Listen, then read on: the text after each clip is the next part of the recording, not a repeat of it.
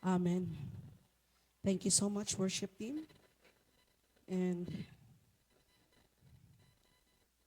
Pastor Sam don't know the topic or the sermon that we are about to partake, but through his prayer and the prophecy, almost iyang gihurot ang akong sermon outline. Hallelujah. Thank you, Jesus.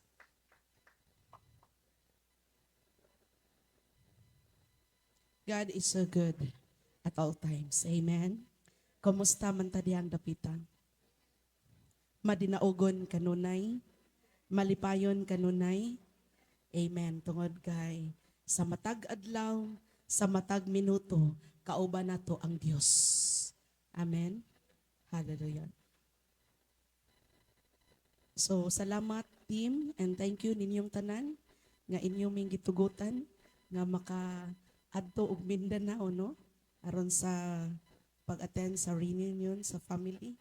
And thank you so much for being responsible to take care of the church. Ayan. So, welcome to our brother and sisters who join with us online. Salamat sa makanunayon nga pag-tune in diha sa presensya sa Dios. Ug labi na nato. Welcome, welcome, and welcome home to Pastor Myra and Pastor Ginard.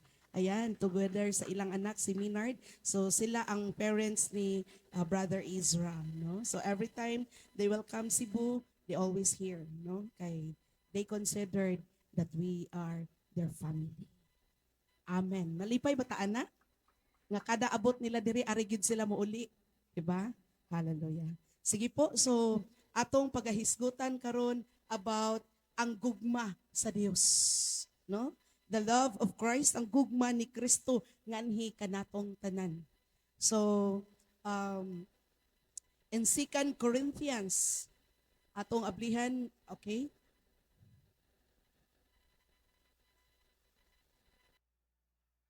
Yan. So 2 Corinthians chapter 5 verses 14 to 15. Ingon siya, for Christ love compels us. Kay while garidi ang ato ang mga media team, palihog daw abli sa inyo ang mga Biblia dihang dapita. Naabatay mga Bible? Naabay ang inyong phone? Naka-Bible ba na diha? Naka-download ba ang mga Bible nato diha? Okay, so dunganan nato. For Christ's love compels us because we are convinced that one died for all and therefore all died. In verse 15, and he died for all that those who live should no longer live for themselves but for him who died for them and was raised again. Ganahan ko nga akong i-include ang Bisaya.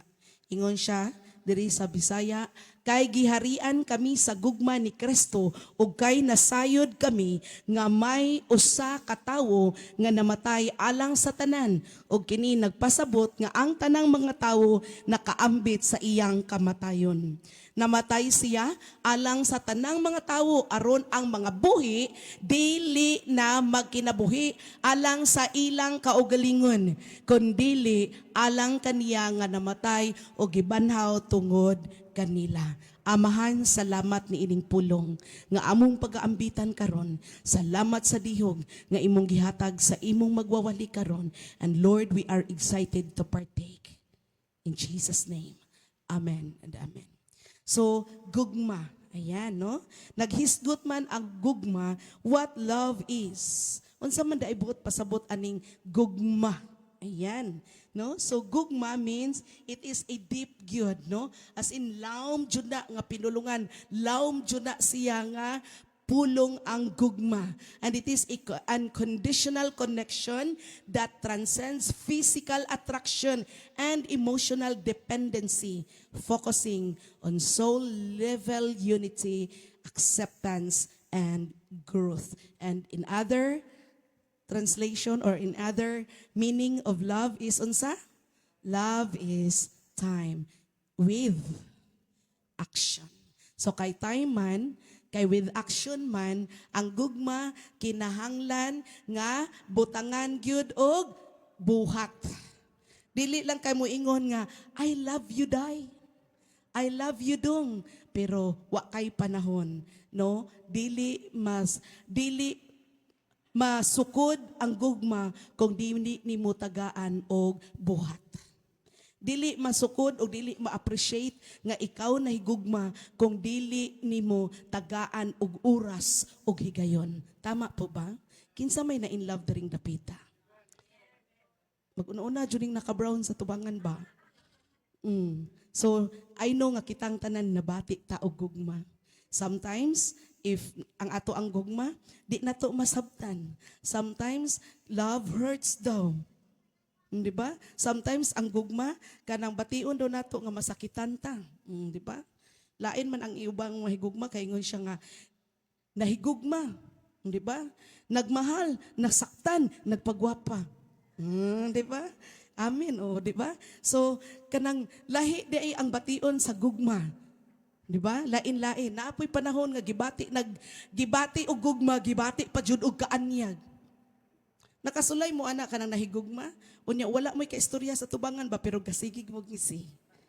Di ba? Sige mo ngisi unsa kay gingisihan. Kay ngano tungod kay gi-recall kanunay unsa to mga chat or unsa to mga messages, di ba? Unya sige nagngisi. Unya naay gipangutana, no gani ang tubag pero ngisi ra gihapon. Usahay murag na blanco. Kay ngano magasigig hunahuna nya excited kay nahigugma na lagi, di ba? Nya excited kayo nga mag-practice. Where na you, here na me. Eat na you. Di ba? So ingon na ang epekto sa gugma. Di ba? But I know, labaw pa diha ang atong expression of love ngadto sa atong buhi nga Dios. Amen? So, naghisgot ta og gugma, and in verse 14, it says that Christ's love compels us. Or mao'y naghari kanato ang gugma sa Dios. The love of Christ signifies that the love we have for Him, unsa man, it was the love He has toward us. No? So it signifies not our love for God, but it is His love toward us. So mauna ang gugma. Are we all blessed? Are we all favored, highly favored that God or Christ love us? Salamat sa duha ka buok nga nag-amin. Nakamata na ba ang tanan? Nakamata na ang tanan? Domingo barong adlaw? Tigsimba baron sa tumbuhi nga Dios? Pagmata na intawon mga igsuon. Di ba? Ayan, so the love of Christ signifies not the love we have for Him, but it was the love He has toward us. It is His love nganhi kanatong tanan. Now, how God show His love? It is not a unsa man limited love, but it is the unmeasurable gift. Di ba? It is a common verse. Kanunay na to, even ang batang gamay, kanunay na nato madudungog sa mga bata. John 3:16.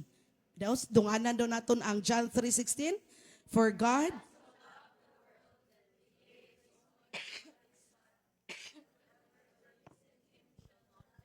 Amen.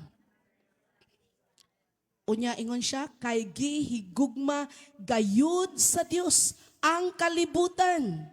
Nganong gihisgutan man niya ang kalibutan? Nganong gihigugma man sa Dios ang kalibutan? It is because the kalibutan is where you belong, where you stay, where we are now in the kalibutan. And God sees the kalibutan nga naa na puno na sa unsa man, puno sa sala, hugaw na kaayo, dili na worthy atubangan niya, and then unsa iyang gingon, gihigugma sa Dios. And out of His loves, mauna gani akong giingon kaganina, ang gugma kinahanglan ubanan og oras og buhat.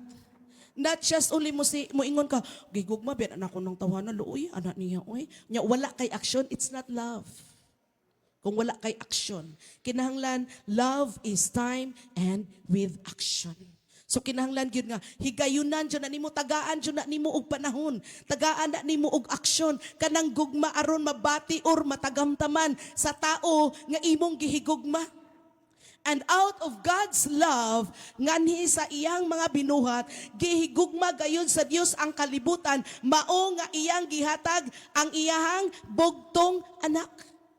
And that verse, that word, kanunay na nato kanunay na nato madungog, kanunay na nato mabasa, even mula kauta diha sa north area, going to South Bus, na anay dako dihang John 3:16. The question is, are we giving value to that verse?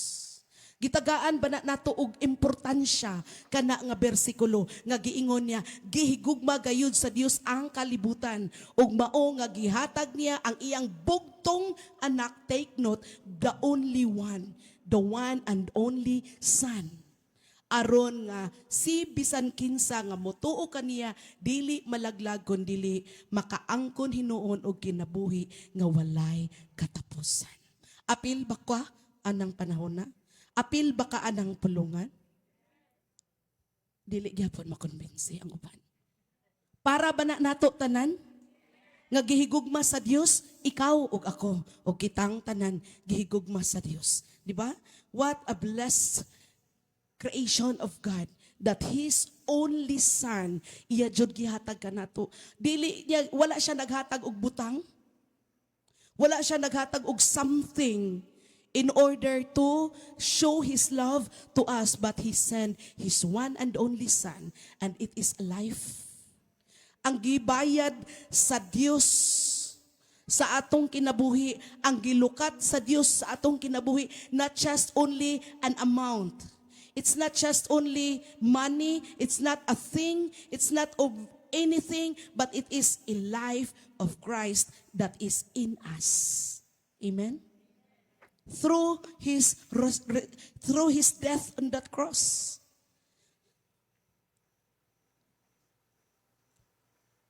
And He gave complete and perfect. Diba? He gave unmeasurable gift and He gave it complete and perfect. No? Perfect ang iyang gihatag. No flaws. No, ang iyang gihatag sa ato, meaning ang iyang gihatag sa ato walay mga unsa man depekto. Walay depekto. Sometimes kita kung muhatag ta kato ganing mga goods or mga class A, sometimes masayangan ta ay nindot kay ni kanilang. Murag hapit na ma-reject. Mga class A, class B, class C. Di ba? But God give the best. And that is the life of Jesus Christ. Di ba? Unya, while I already preached this sermon before, but I want to preach it again here. No, wala na ako na preach diri, but I preach somewhere. And then I want to preach it while I'm studying this again last night. The one and only Son nga iyang gihatag. And during that time nakain ko, Lord, pagka maayo mo ug pagka mahigugmaon mo nganhi sa amo ang kinabuhi, you deserve of all our praises. You deserve to be loved. You deserve to be worshiped. Walay rason nga dili nato simbahon ang atong buhi nga Dios. And I want to share a short testimony when we were in Mindanao. Ang among pag-adto dito because of the family reunion and the venue naara sa Digos City. But of course, kinilaging murampa po ta ginagmay ba, no? So naara sa mi sa Digos, pagkahuman sa reunion, ni sidetrack mi adtog unahan, adto mi sa General Santos. So naabot mi sa General Santos City, Sunday night. Pagka morning, sayo kay sa nga tanan, nag-ready na mi, naabot mi dito around 12 midnight, naabot mi sa Jinsan. Unya, pagka alas 5, ligo na mi, asikaso na mi, kay amo ang purpose, muadto mi sa Fishport sa Jinsan. Kay di ba naa dito ang tuna? Di ba? So naa dito ang tuna, musulod mi sa Fishport, magtanaw mi kay naay mga isda nga, usa ka isda 100 kilos nga alsahon sa tao. Unya mo try mi nga kami ang mo test anang meat sa tuna ba? Kaya naaman na siya i-test nga murag itusok dito kung good quality ba ang meat. Di ba? Kay pang-export nila. So gusto mi mo test ana niya ang one of the cousin of Pastor Eldan usa siya nga naa dito sa Fishport. Nya dili man ta basta-basta makasudi ay didto, no? Kay kinahanglan naka-ID ka. So wala mi ID, so amo lang gamiton iyang pangalan. Siya mo back up unta namo atong nga time. So ingon siya, naka-short ra naman kami kay Fishport good, market good, no? Pero gingnan mi need mo mag-pants. Unya kinahanglan dili pwede sleeveless, kinahanglan nakasinina og tarong. So with something nga interesado, eager kay nga moadto. So nakakarsonis in taon ming tanan. Nya ako pang gibinuangan, kinahanglan brasya na to atong tiil. Di ba?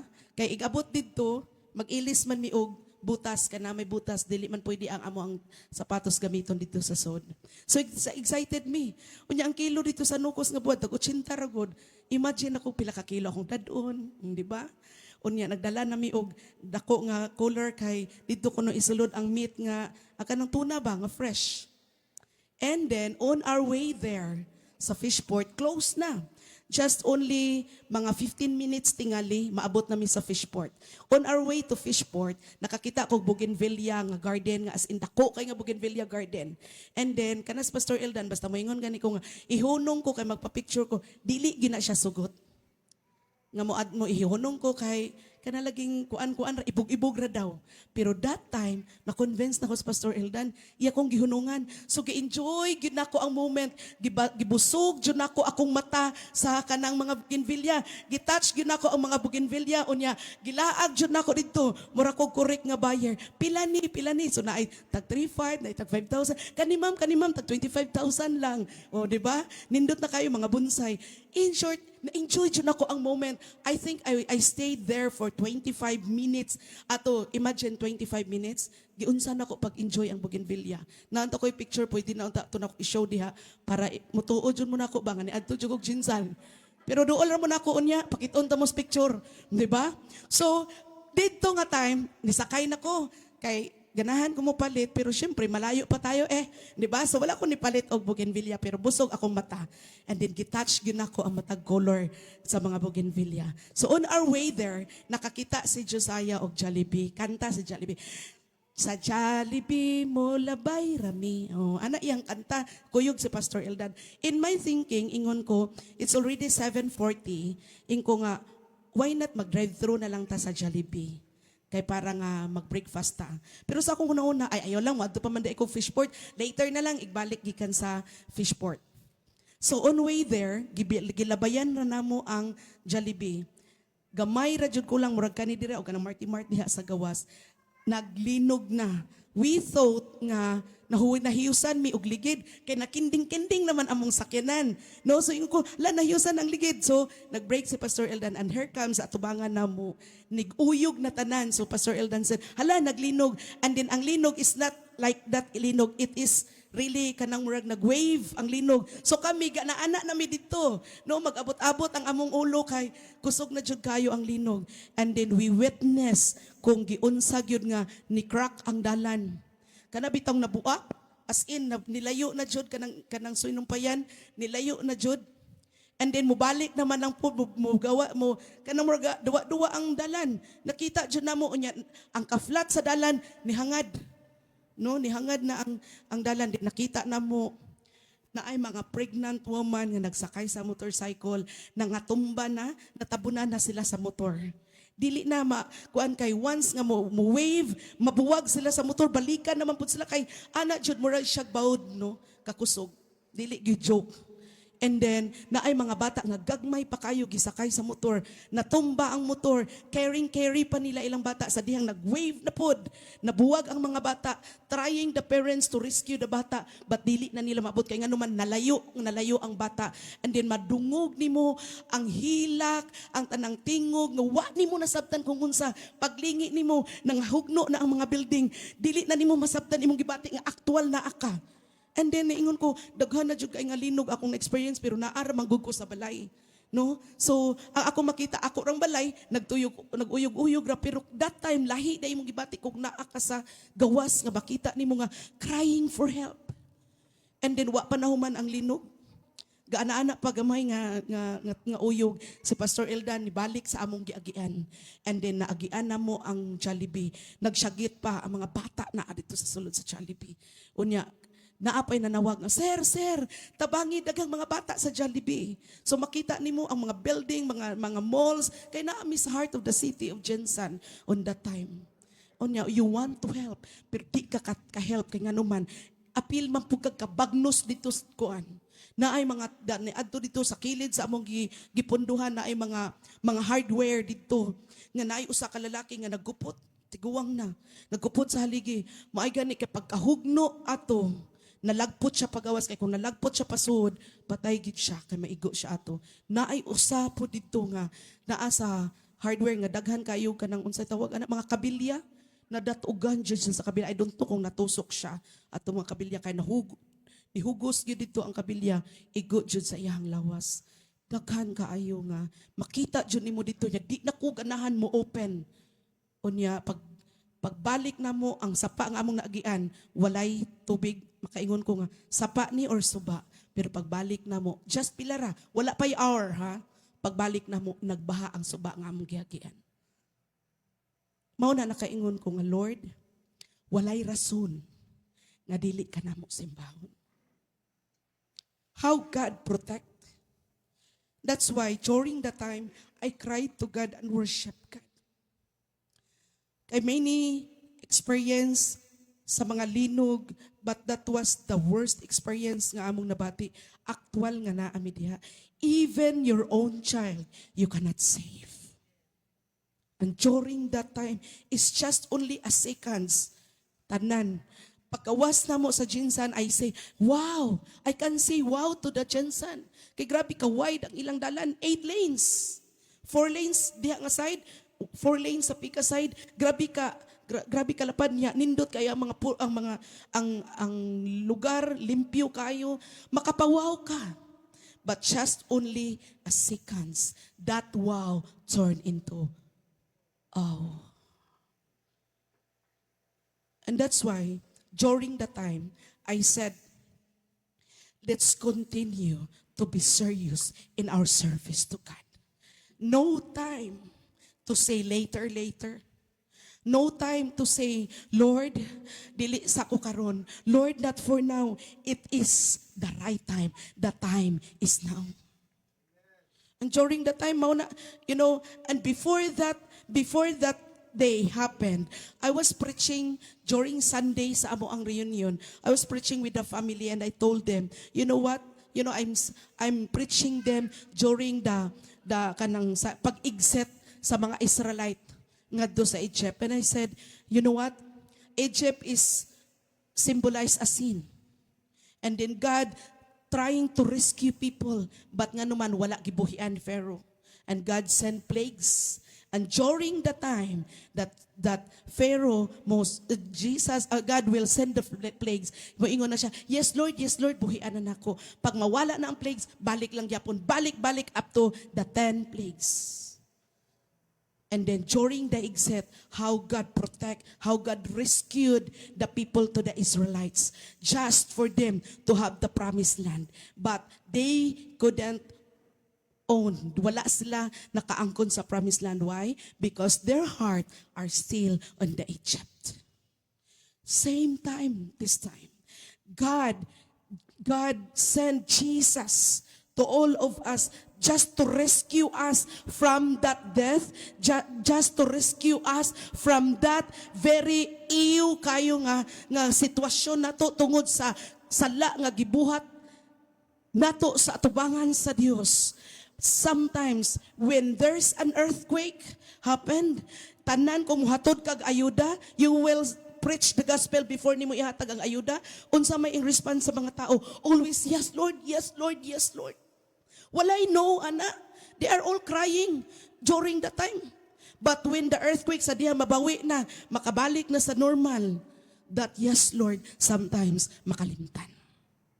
When there's a typhoon happen, that's why sometimes ako makaingon nga, something like it's a plague or what, but there are times if naay mga typhoon, unya madamage tanan mo hatod na pud tag ayuda. Kita mismo sa ato ang team, we experience nga naghatod tag mga ayuda.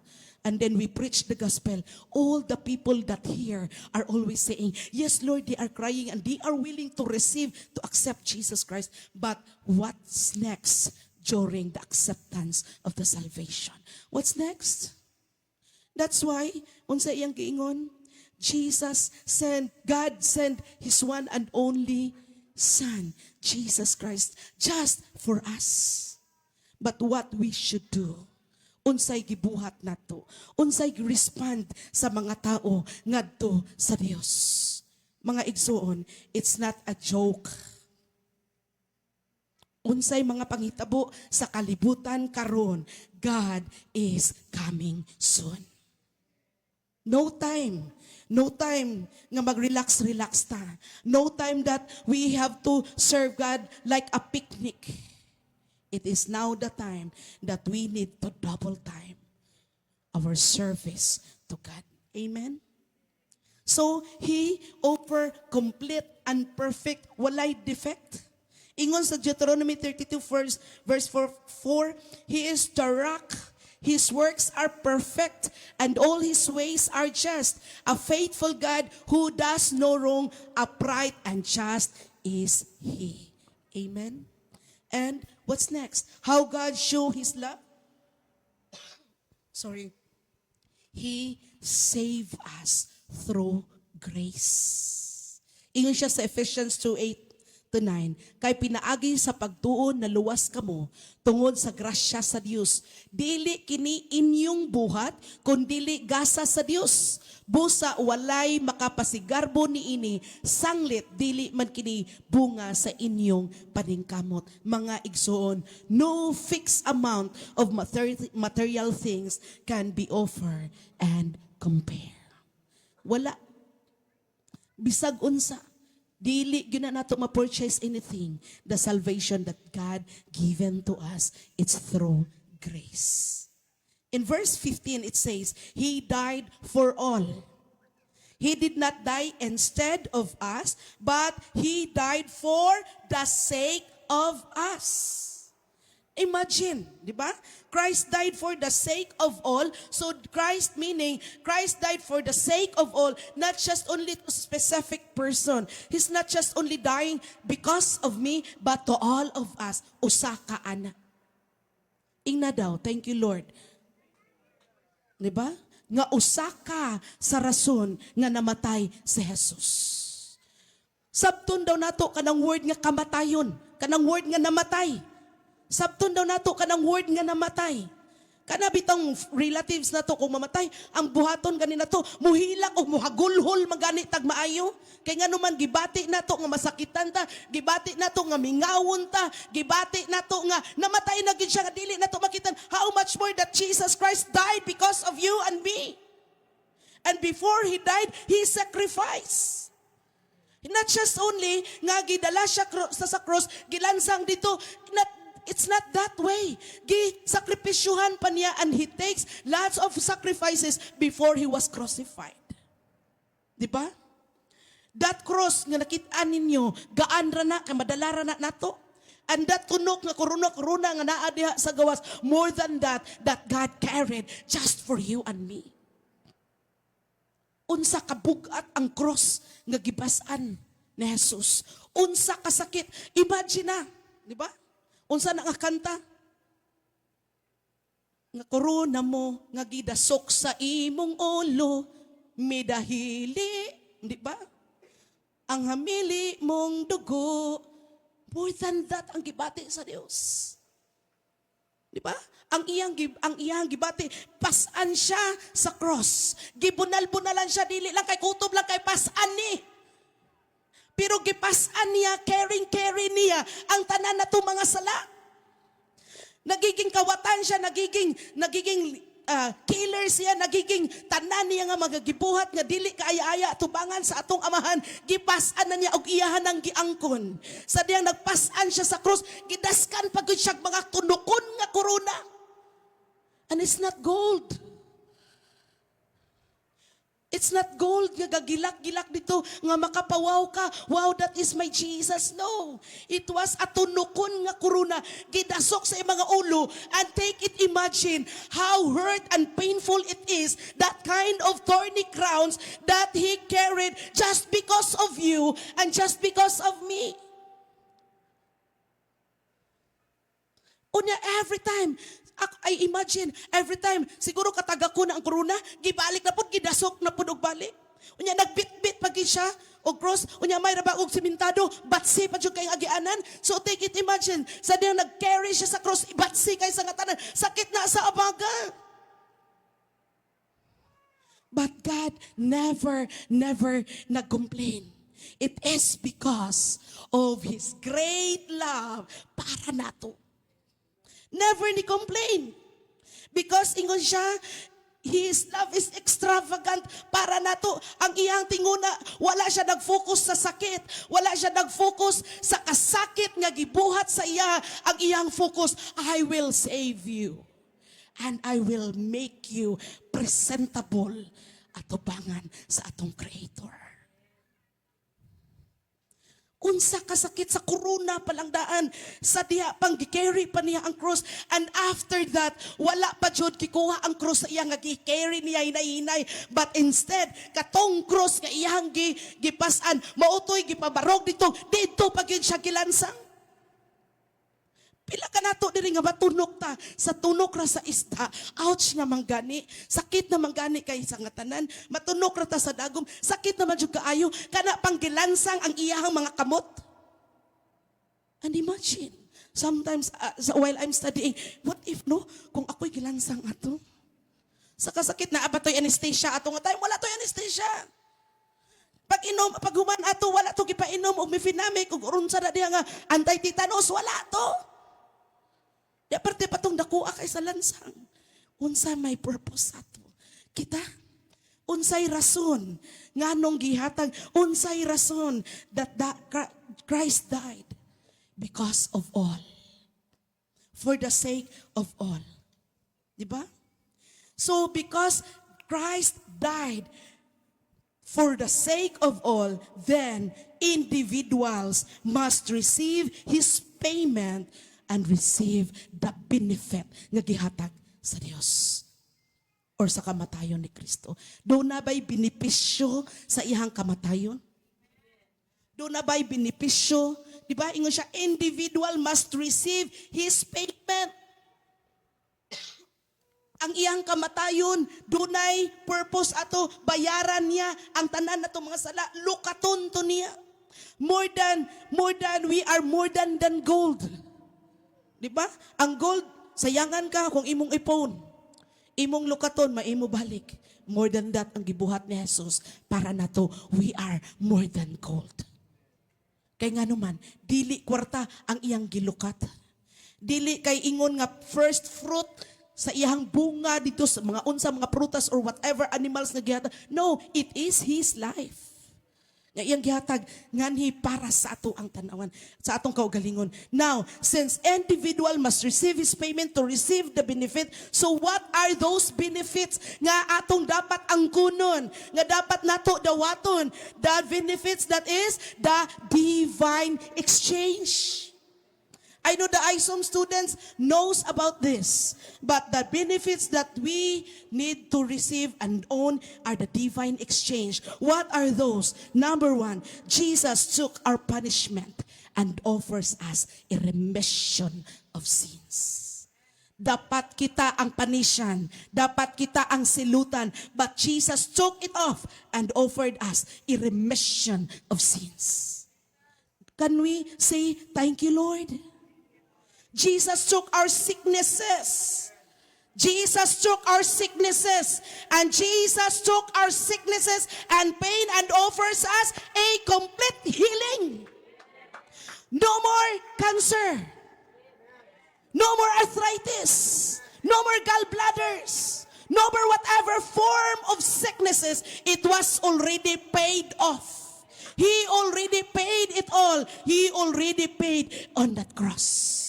Jesus took our sickness and pain and offers us healing. Take note, offers us healing. He offers us healing. After his death, he offers us healing. All we have to do, open your arms wide and open your hands widely. Receive, and own that healing that God has given to all of us. We are the benefit nga mga katawhan sa Dios. We are the beneficiaries. That healing nga gihatag sa Dios. So ayaw butangig pagduha-duha ang Dios.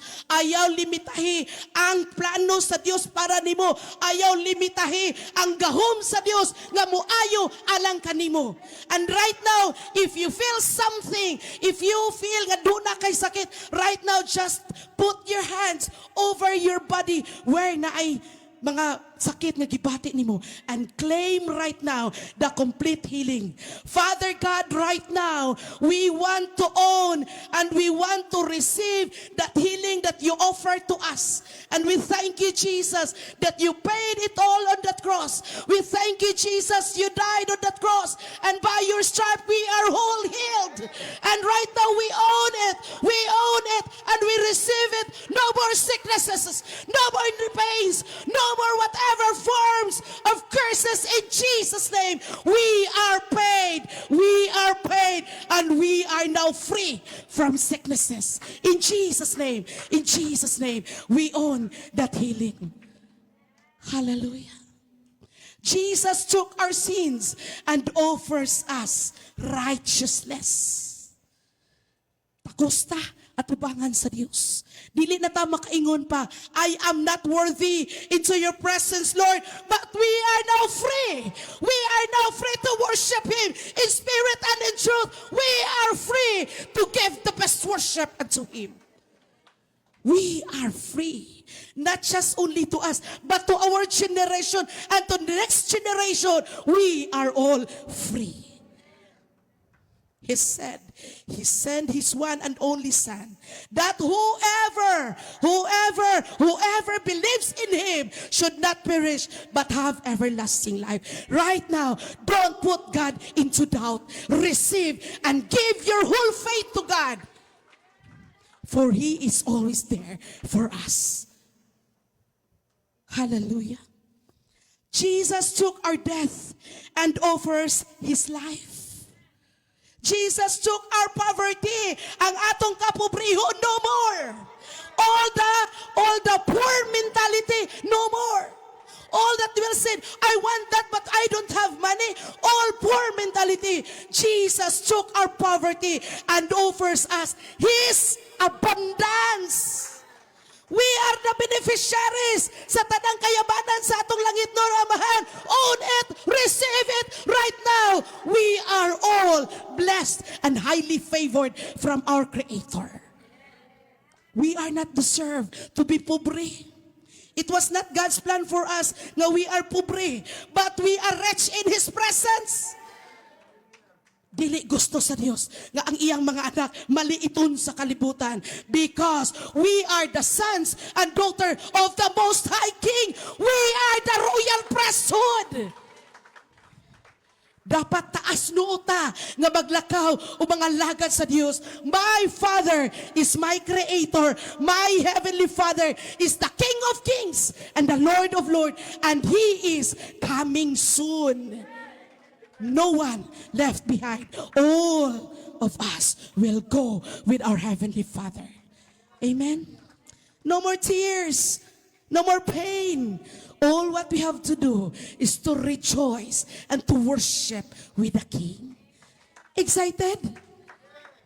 Excited? Excuse me. Jesus took our shame and offers us a share of His glory. Wala na'y magpakaulaw-ulaw na to. Wala na'y bingon, oy, baka uulaw ka. Oy, dili ka angayan. Because Jesus took our shame and offers His glory. Kinsa nga Satanas, kinsa nga kaaway mo tulisok nimo, wala na space, wala na katungod, because everything are already paid off. Period. No more. Di ba? already paid all. Jesus took our rejection. If you are rejected, if you feel that you are rejected by the family, if you feel that you are rejected by the community, no more, no more, no more. Because Jesus took our rejection and offers us acceptance. You are fearfully and wonderfully made by God, and you are the apple of His eyes. You are favored. And yes, we are. Jesus took the curse. Tinonglo ta, no more. Doon na pa itonglo sa atong kinabuhi. No more. In Jesus' name, I cut the curse over the family. In Jesus' name. In Jesus' name. No more curse over the families. No more curse with our generation. Right now, we cut it in Jesus' name. In Jesus' name. And we want to own and accept that offers of blessings. Praise God. No more curse, because God offers us His blessings.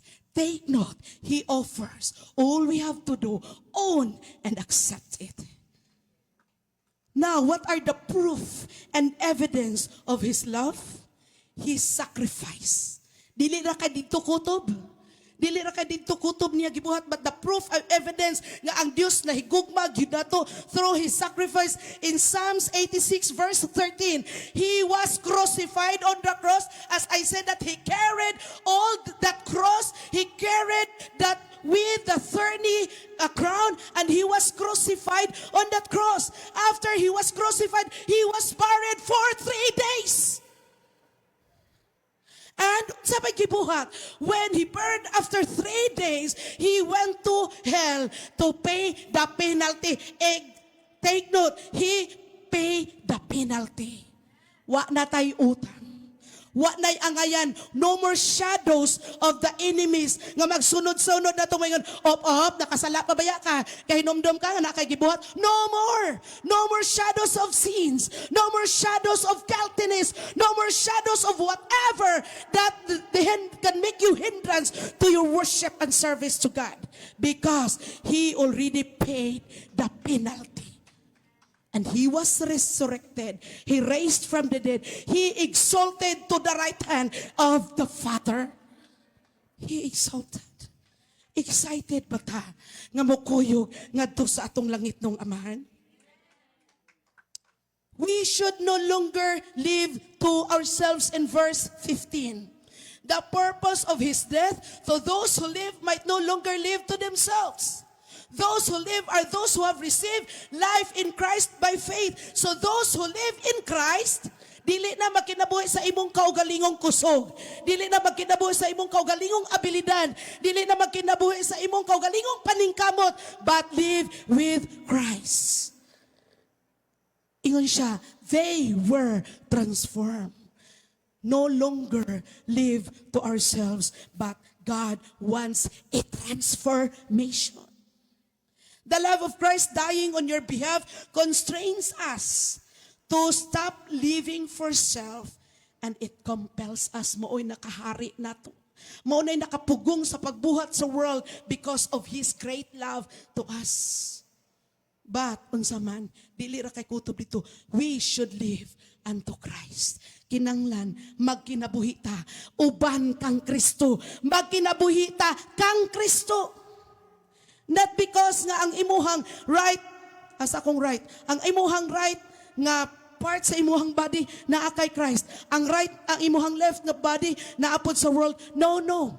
Kung gusto ka nga, wapa ka tanawon, perfect ka tanawon, nga nindot ka mulakaw-lakaw diha, ayaw pag 50-50. Kinahan full nga imong ihatag sa Dios. Pero kung gusto ka nga bati kag naong, nga magbaka-baka pa ka, sige, paglakaw-lakaw lang diha, 50% nas kalibutan, 50% nasa langit. Di ba? Nya ganahan ka, gwapa unta si Abigail, pero baka-baka man. Di ba? Kung gusto ka, nagwapa ka, siksi ka, taas noo ka, at ubanga o serbisyuhi ang Diyos with all your heart, with all your soul. Live in Christ. Amen? They are now in Christ. and we are now in Christ. True Christians lost the right to live to themselves. Example, sa unsa man, to please self, wala na.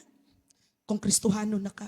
Doing, kung unsa imong gusto, nga kanabang gingon, what I want, kinahanglan nga mo'y matuman. What I want, I get. Dili na kung Kristohano na ka. Living to fulfill your personal dreams. Remember, planning your future is wise.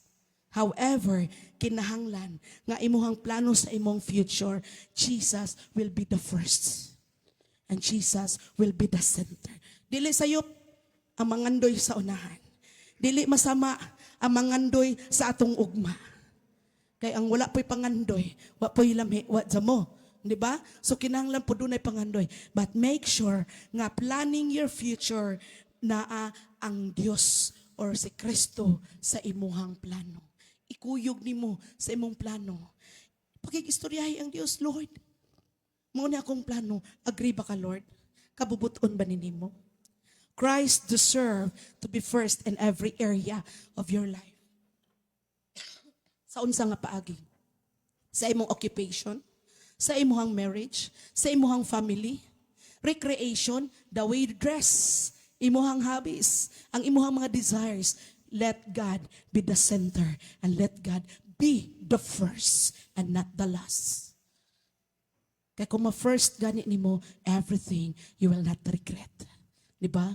Christ deserved this because on behalf of you, He rose again. The love of Christ obligates us to live for Him, not for us. Amen? The purpose of the atonement are not completely fulfilled without the response of man's faith and obedience. Again, unsa to? Ang response, dili ma-fulfill ang atonement kung walay response of faith and obedience. Kung wala kay obedience, wala kay faith, you cannot appreciate unsay gibuhat sa Dios sa imuhang kinabuhi. Kay nga naman, more on doubts, but in Jesus' name, no more doubts. Amen? Upgrade your faith. Level up your faith in Christ with full of obedience. Verse 17, transform us. So therefore, if anyone is in Christ, unsay mahitabo, the new creation has come, the old has gone, and the new is here. So those in Christ are new creatures. Those in Christ are new creatures. Those in Christ are new creatures. Kinsa man na? Wala dire? Wala dire? O nagtutok ra gyud diha maayo na nagnangana lang mo, nagtan-aw mo nako. Those in Christ are new creatures. And those in Christ are in union with Him. Diba? Kanunay nga nakakuyog-kuyog nga to sa Diyos. Kanunay nakapuntot presensya sa Diyos. They have received the payment He made on their behalf and are secured in a permanent relationship with God. Old is past, new has come, and Christian will struggle with sinful desires at unsa man sa ilahang kinabuhi, and it's true. If you want a transformation, it's not the abracadabra nga mo abracadabra change. Pagkahuman change dayo. It's not the sili or a chili ikaon ni muhalang dayon, but unsa man the very important and the very need is your willingness to transform. Do na may mga struggles in life, at least you are trying, you are doing your best to transform and to change. Amen? Basta change na gani, gamay na lang po kayo. Gamay na juga mo. Amen. Okay? Now, so, in conclusion, conclusion na ta. I will challenge you to meditate on the love of Christ who died and rose again on your behalf. Let that grip, unsa man ang gugma sa Dios, unsa ang gibuhat nato sa Dios, let that grip your soul. And let it change your focus in life. Let it change the way you see others. And let it transform your perspective of life. And let it inspire you to praise and thank the Lord. Amen. sa tanang gibuhat sa Dios. Angayan ba nga moingon tang salamat Lord? Sa tanang gibuhat sa Dios, angayan bang langay-langayan pa nato ang Dios? No.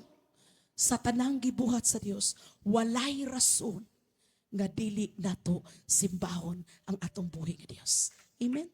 Shall we all rise and let's sing the chorus, walay rason nga dili ka namo simbahon ng Dios. With all your heart right now, I want you to close your eyes. Walay pakialam sa palibot. Just close your eyes. Focus to talk to Jesus. And say, Lord, thank you for saving me. Thank you for the new life that you bestowed upon me. And thank you for the divine exchange that you offer us.